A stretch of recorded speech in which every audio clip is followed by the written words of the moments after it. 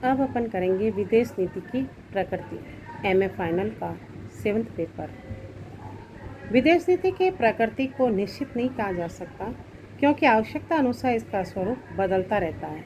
3 प्रमुख विचारकों ने अपने अपने मतानुसार इसकी प्रकृति का उल्लेख किया है। जैसे सबसे पहले विलियम कोपलिन का विचार। नंबर 1, सामान्य विदेश नीति में नीति संबंधी कथनों और सीधी कार्रवाई द्वारा अभिव्यक्त निर्णयों की श्रृंखला विद्यमान रहती है। उदाहरण के लिए सेकेंड वर्ल्ड वॉर में अमेरिका ने अवरोध की नीति, अध्यक्षीय भाषण की कार्रवाई दोनों ही साथ में शामिल थे। दूसरा है विदेश नीति का लक्ष्य संपूर्ण अंतर्राष्ट्रीय वातावरण भी हो सकता है, जैसे अवरोध की नीति में था, अथवा यह राज्यों का विशिष्ट समूह भी हो सकता है, जैसे कि कनाडा के साथ सैनिक तथा आर्थिक सहयोग की अमेरिका में नीति में था।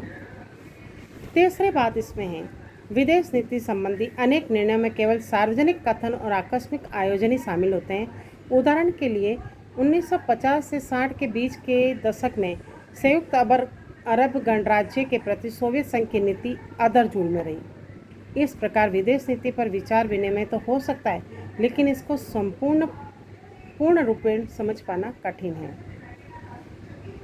विलियम कोपलिन ने अपनी दूसरी बात और रखी है कि उन्होंने कहा दूसरा जो प्रकार है वो प्रशासनिक प्रकार है। यह निर्णय सरकारी नौकरशाही के उन सदस्यों द्वारा किया जाता है जो राष्ट्र के वैदेशिक मामलों को संचालन के लिए उत्तरदायी होते हैं। विदेश मंत्रालय, जो संयुक्त राज्य अमेरिका में राज्य विभाग कहलाता है, नौकरशाही का प्रमुख संगठन है। लेकिन अन्य सरकारी संस्थाएं जैसे सेना, खुफिया विभाग तथा वाणिज्य विभाग भी विदेश नीति को प्रभावित करने वाले प्रशासनिक निर्णयों में सम्मिलित होते हैं। निम्न स्तर के सरकारी अधिकारियों द्वारा लिया जाने वाला प्रशासनिक निर्णय अर्थात विरोधी देश के संबंध में लिया जाने वाला निर्णय। उदाहरण के लिए संयुक्त राज्य अमेरिका में किसी भी देश के छात्रों के प्रवेश पर प्रतिबंध का निर्णय राज्य विभाग की नौकरशाही द्वारा निम्न स्तर पर लिया गया निर्णय प्रशासनिक निर्णय होता है। विलियम कोपलिन का तीसरा एक प्रकार और है, वो है संकटकालीन निर्णय। जिस समय परिस्थितियाँ जैसी होती है उस समय तुरंत जो निर्णय लिया जाता है वो निर्णय कहलाता है। और उपरोक्त दोनों ही जो निर्णय अभी आपको मैंने बताया था कि सामान्य निर्णय और सार्वजनिक निर्णय और प्रशासनिक निर्णय, ये दोनों का समायोजित है। राज्य के सामान्य विदेश नीति पर संकटकालीन निर्णय का व्यापक प्रभाव पड़ता है। वह तत्कालीन नीति की पुनः पुष्टि कर सकता है, जैसा कि 1960-70 के दशक में हिंद चीन के संकटों में यूएनओ का हस्तक्षेप हुआ था।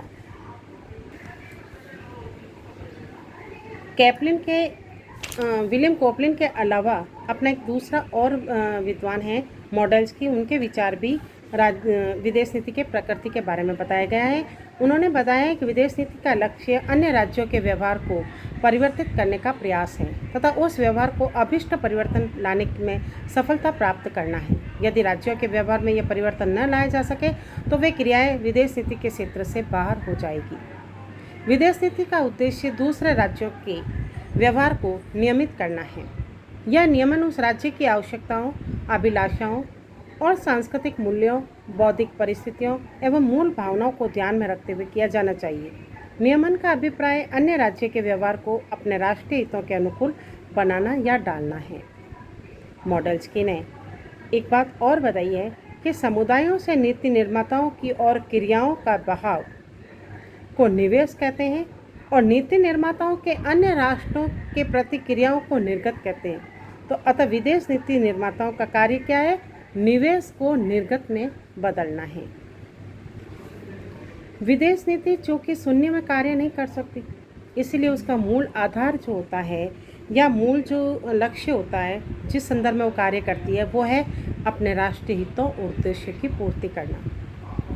हित मतलब जो समुदाय द्वारा नीति निर्माताओं को पहुंचाए जाते हैं, जैसे देश में राष्ट्रीय एकता एवं अंतर्राष्ट्रीय स्थायित्व बनाए रखना, देश की रक्षा के लिए सुरक्षात्मक कदम उठाना, अपने नागरिकों के हितों के लिए बाहरी हितों की पूर्ति कोई प्रोत्साहन नहीं दे सकते क्योंकि वो उनके ऊपर अंतर्राष्ट्रीय दबाव भी उत्तरदायित्व भी रहते हैं। उद्देश्य हितों की प्राप्ति के लिए राजनीतिक समुदाय को कुछ बलिदान भी करने पड़ सकते हैं।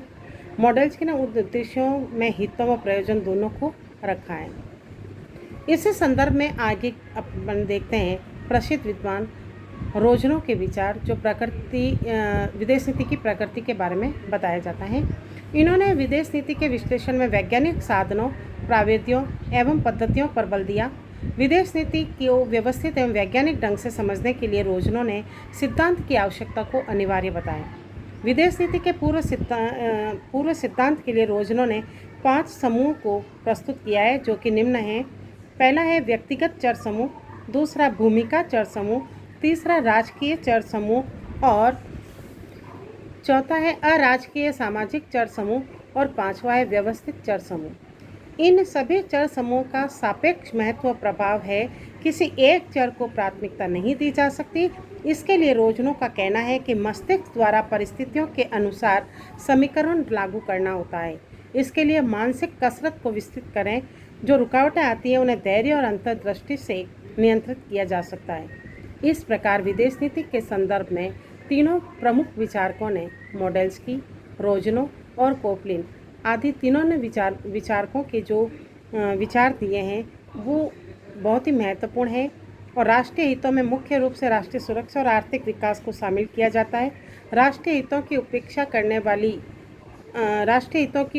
करने वाली विदेश नीति को कभी भी हम सफल नहीं मान सकते, क्योंकि अंतर्राष्ट्रीय शांति और सहयोग को सजाए हुए रहना उसका प्रमुख कार्य होता है। तीनों विद्वानों ने अपने अपने मतानुसार इसकी चर्चा की है, प्रकृति के बारे में चर्चा की है और उन सभी का मूल जो बात है वो एक ही है, राष्ट्रीय हितों की पूर्ति, अंतर्राष्ट्रीय शांति और सुरक्षा बनाए रखना।